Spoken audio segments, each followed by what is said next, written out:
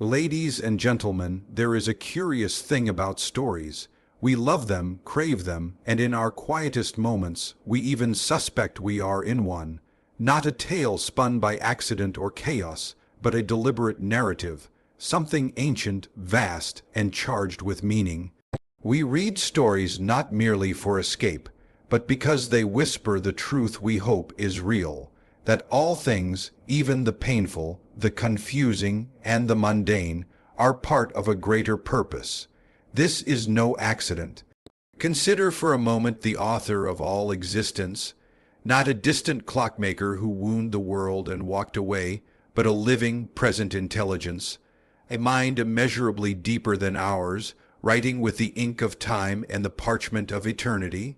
And what is he writing? He is not writing a pamphlet of comfort, nor a manual of convenience. No, he is writing the greatest purpose, a story whose climax is not in fleeting pleasure, but in the triumph of love over death, truth over deception, and light over shadow. Now, the curious thing about being a character in such a story is that we rarely see the plot while we are in it.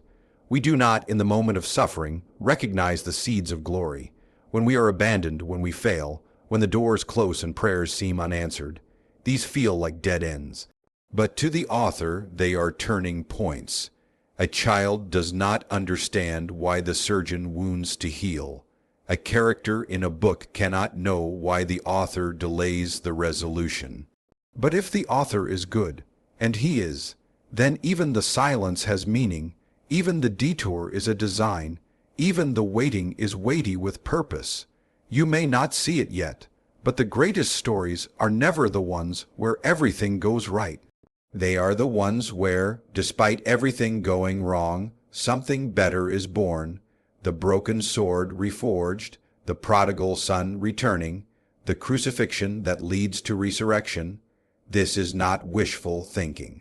This is the deep structure of reality, and so I ask you, when the plot thickens in your life, when the chapter you're living feels dark and uncertain, don't close the book. The author has not. He is still writing. He is weaving pain into purpose, ashes into beauty, despair into hope. The truth is, you were never meant to write your story alone.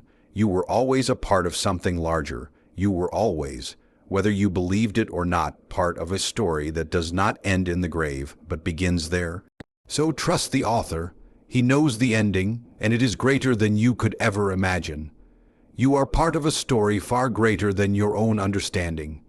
You are part of a story far greater than your own understanding.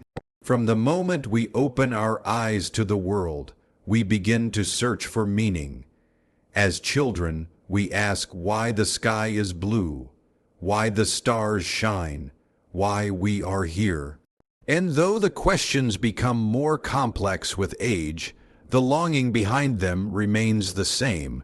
We want to know where we belong, what it all means, and if our lives are part of something more than the daily routine of waking, working, and sleeping. There is something in us that senses we are not merely wandering through chaos. We are walking through a narrative. This yearning is not a flaw of the human condition. It is a clue, a hint written deep into the fabric of our souls, that we were made not just to exist, but to belong to something purposeful, something rich with design. We instinctively recognize story, beginning, middle, conflict, resolution, and it resonates because we ourselves are living in one. Not fiction, not fantasy, but a story being written in real time, under the watchful eye of an eternal author whose imagination exceeds our own. And if God is the author, then your life is no accident. You were not thrown into the world at random, not a collection of atoms assembled by blind chance. You were created with intention. Every breath, every moment, every decision and delay, every joy and sorrow, all of it forms part of a deeper script. You are not the playwright, but you are not without meaning either. You are a character formed by love and destined for a purpose that stretches beyond your brief lifetime. That is not arrogance. That is the design of grace. Yet we struggle to see it. Our vision is short, and the pages we read each day seem scattered. We flip from one chapter to another, unsure if there is structure, doubting the relevance of certain scenes, grieving the parts we wish could be erased. And perhaps most frustrating of all, we do not hold the outline. We were not given the full manuscript. We live in the middle chapters, where suspense builds, questions multiply, and answers seem elusive. But the inability to see the whole story does not mean there is no story. The ant cannot grasp the map of the mountain. The seed buried in the soil cannot imagine the oak it will become. Likewise, we, caught in the immediacy of our lives, cannot perceive the grandeur of the story we inhabit. That is why faith is not mere blind hope. It is trust in the character of the author, a trust that the hand writing the story is not only powerful but good. So often we compare our lives to others, as if we are reading someone else's chapter and trying to measure our own worth by it. But you are not written to be someone else. Your journey, your struggles, your strengths, they are not detours from the plot. They are the very ink with which your pages are written. God does not plagiarize. He writes each story uniquely, and he writes with care. The path of another is not yours to follow. It is yours to understand that your path, though winding and unclear, leads somewhere intentional. This understanding changes how we experience life. Disappointments are no longer dead ends. They are moments of tension in the plot, necessary for the unfolding resolution. Delays are not wasted time. They are pauses in the narrative where depth is formed, character is shaped, and unseen developments occur. Even grief is not meaningless. It is the ache that proves we were made for something more. We grieve because we have loved, and love is the clearest evidence that our lives are not random collisions but chosen chapters in a larger tale. When you feel forgotten, it is not the end of your story. When doors close, it is not a sign the story has failed. God is not rushed, nor does he abandon his narrative. Every great story has dark nights, long winters, and moments when all seems lost. But that is what makes the light so powerful when it comes. A good story does not shy away from struggle. It moves through it with purpose. There is great humility in remembering that we are not the author, but there is also great relief. The weight of writing your own meaning, your own destiny, your own legacy, it is unbearable. It leads only to anxiety or apathy. But to know you are part of a story already being told by the one who sees from beginning to end, that is freedom. It means you are not alone. It means your life is not up to your own cleverness, not dependent on your success or strength. It means grace is real, because the author does not cast off those who falter. He rewrites even the broken lines into beauty. We may not understand every twist, every turn, every silence, but the presence of mystery does not mean the absence of meaning. It means the story is greater than we imagined, greater than what we would write for ourselves, greater than comfort, greater than ease. It means we are participants in something that stretches back before time and forward beyond death, a story whose main theme is love, whose rhythm is redemption, whose final act is joy. God does not waste pain, he weaves it into purpose. God does not waste pain, he weaves it into purpose. There is a subtle lie that often finds its way into our hearts. That pain is pointless. That suffering is a detour from the life we were meant to live. We are taught to avoid it, numb it, hide it, even deny it. But pain, no matter how unwelcome, arrives at every doorstep. It does not discriminate between the righteous and the wicked, the wise and the foolish. And so, the question is not whether we will face pain, but whether it will have meaning. That is where the truth stands in quiet defiance of the lie. Because with God, pain is never wasted. In a world without a divine author, pain is cruel and senseless. It serves no higher aim. It mocks our efforts to find redemption in our struggles. But if God exists, and not merely exists but reigns in wisdom and love, then pain itself becomes something far more profound. It becomes a tool, not a toy, not a punishment, but a tool in the hands of a craftsman. Pain becomes a thread in a tapestry so large, so rich, that we would be stunned if we could see even one corner of it in full. Pain, in God's hands, is not the end of the story. It is the tension that shapes the arc, the pressure that forms the diamond, the fire that purifies the gold. No suffering is trivial to him. No wound is invisible. Every tear is counted. Every groan is heard. And what is more, every single one has the potential to be transformed. We rarely see it in the moment. Pain, by nature, narrows our vision. It isolates. It tempts us to believe we are abandoned. But while we cry in the valley, there is work happening on the mountain. While we stumble in the dark, the author is penning pages that will one day flood with light. Our pain is not removed from the story. It is woven into the heart of it. Even Scripture does not shy away from suffering. In fact, it is filled with it. The songs of lament are sung alongside the hymns of praise. The prophets weep before they declare. The saints walk through fire before they wear crowns. And the Son of God himself does not avoid pain. He embraces it. He does not build his kingdom in spite of suffering, but through it. The cross is not a detour. It is the very path to glory, and this reveals something vital. Pain has purpose not because we enjoy it, but because God uses it. He uses it to break what must be broken: pride, illusion, false security. He uses it to awaken what lies dormant: compassion, dependence, longing for heaven. He uses it to teach us what comfort never could: that we are not the center of our own story, and yet we are deeply loved within it. God is not sadistic. He is not careless.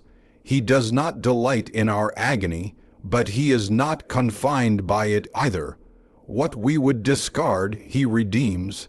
What we would skip over, he rewrites. Pain, under his sovereignty, becomes not an enemy to be feared, but a mystery to be trusted. We do not have to understand it in order to know it matters, and sometimes the most sacred work happens in silence. Not every purpose is revealed on earth. Not every question receives its answer. But this does not mean there is no answer. It means the author has chosen to let the tension remain for a reason greater than our immediate comfort. The silence of God is not the absence of God. It is the stillness before the page turns. And the page will turn. There are some lessons that only suffering can teach. Mercy means more when you've needed it. Hope shines brighter when you've walked through despair. Joy is deeper after sorrow. It is in the valley that we learn the shepherd's voice. It is in the fire that we find his presence walking beside us, unburned and faithful.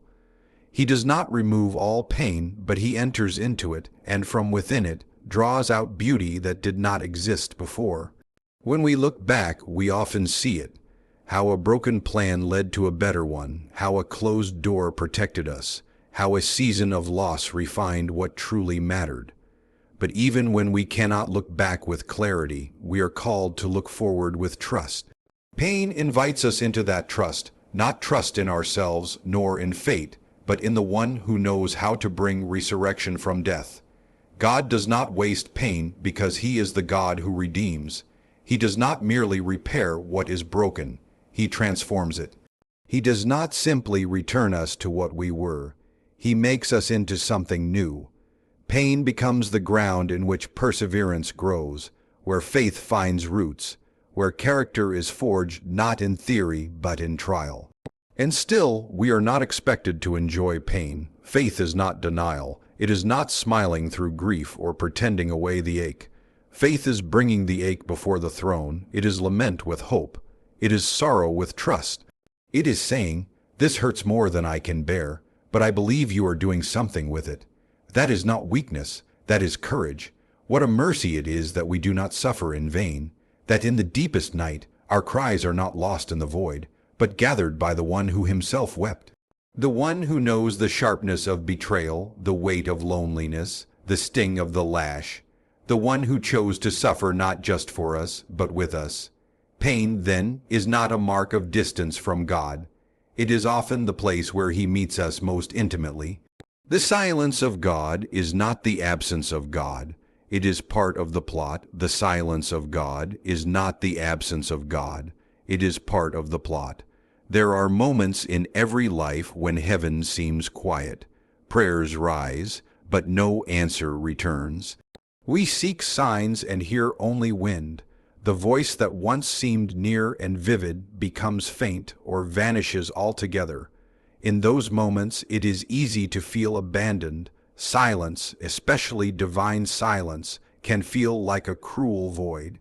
But silence is not the same as absence, and in the hands of the author, even silence carries meaning. We have been taught to expect immediacy. We live in a world of instant communication, rapid response, and constant stimulation. When we ask, we expect answers. When we knock, we want doors to open. So when God delays His reply, when our circumstances stay unchanged, we assume He has turned away. But the absence of noise is not the absence of presence. The stillness of God is not the same as His withdrawal. Great stories have moments of silence. The hero waits, the world pauses, the plot breathes before it turns. These are not empty pages. They are full of tension, anticipation, and unseen development. The pause before the dawn is not wasted time. It is the preparation for revelation, and so it is with God. His silence is not a gap in His care. It is a space within His story. There are parts of us that can only be shaped in silence. When all else is stripped away, when the noise falls silent and the lights dim, we come face to face with our truest self. In silence, our illusions crumble. We are not distracted by blessings, not numbed by routine. We feel the ache of our need, and in that raw honesty, we begin to hear something deeper, not always a voice, but a sense, a weight, a presence that is not loud but is undeniably real. God is a master of subtlety. He speaks in burning bushes and still, small whispers. He writes in clouds and stars, in dreams and delays. He does not always shout above the storm. Sometimes He waits until the storm passes and meets us in the quiet. We assume that silence means inactivity, but that is a mistake born of impatience. God is not hurried. He is not governed by our clocks. He moves in His own rhythm, and His timing is always deliberate.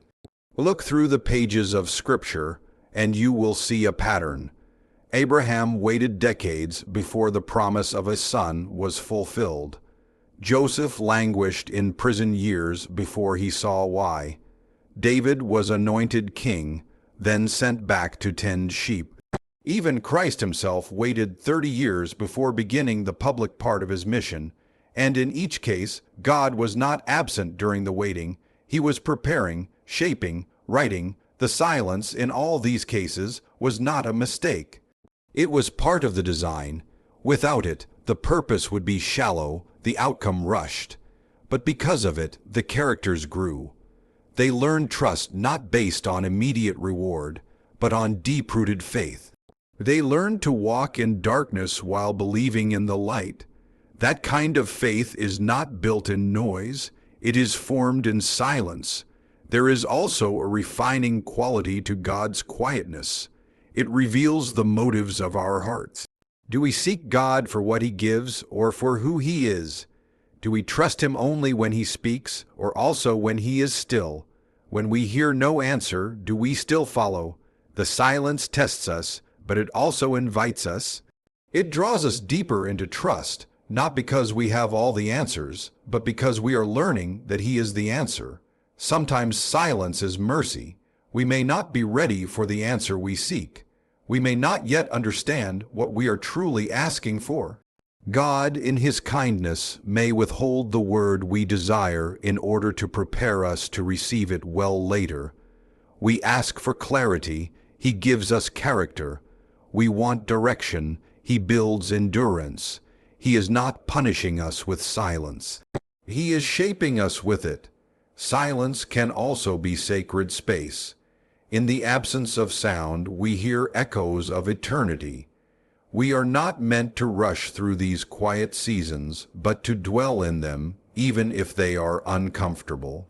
In silence, we learn to listen with our hearts instead of our ears. We learn that communion with God is not always verbal, not always emotional. Sometimes it is simply being, existing with Him in the stillness. And even in the silence there are signs, a word from a stranger, a line from a book, the timing of a moment. All of them speak, not in thunderclaps, but in subtle brushstrokes. The author is writing, even when the pen seems paused. We must learn to read between the lines, to trust that the silence is not blankness but breath. It may help to remember that the greatest story ever told included 3 days of silence. Between the cross and the resurrection, there was a tomb and no voice. The disciples thought all was lost. Heaven did not thunder, the earth did not explain, and yet that silence was the hinge of history. The greatest victory was being born in the quiet. So too in our lives, we must not misinterpret God's hush as His retreat. He may be doing the most in the moments when He seems least present. To walk with God is not to always understand, but to always trust. It is to believe that when He is quiet, He is still close. When He says nothing, He is still working. When He seems distant, He is still near. This is not blind hope. It is the learned assurance of those who have walked long enough to see that silence often precedes transformation.